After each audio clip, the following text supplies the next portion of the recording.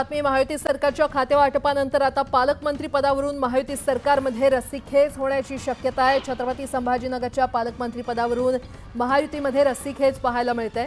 छत्रपती संभाजीनगरचं पालकमंत्रीपद मलाच मिळेल असा विश्वास शिवसेनेचे सामाजिक न्याय मंत्री संजय शिरसाट यांनी व्यक्त केलाय। तर भाजपचे ओबीसी मंत्री अतुल सावे छत्रपती संभाजीनगरचे पालकमंत्री होणार असा विश्वास भाजप पदाधिकाऱ्यांनी व्यक्त केलाय। त्यामुळे आता पालकमंत्री पदाची माळ नेमकी कुणाच्या गळ्यात पडते हे पाहावं लागेल।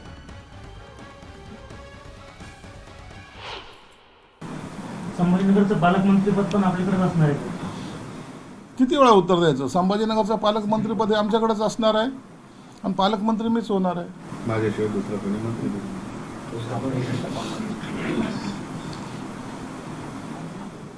संभाजीनगरमध्ये जी काही अनेक घटना या गेल्या 5-6 महिन्यामध्ये घडल्या आहेत, अवैध धंदे असतील, गुंडगिरी असतील आणि जमीन बळकावण्याचे जे काही प्रकार वाढलेले आहेत, या सर्व प्रकारावर आळा घालण्याचं काम माझं राहणार आहे।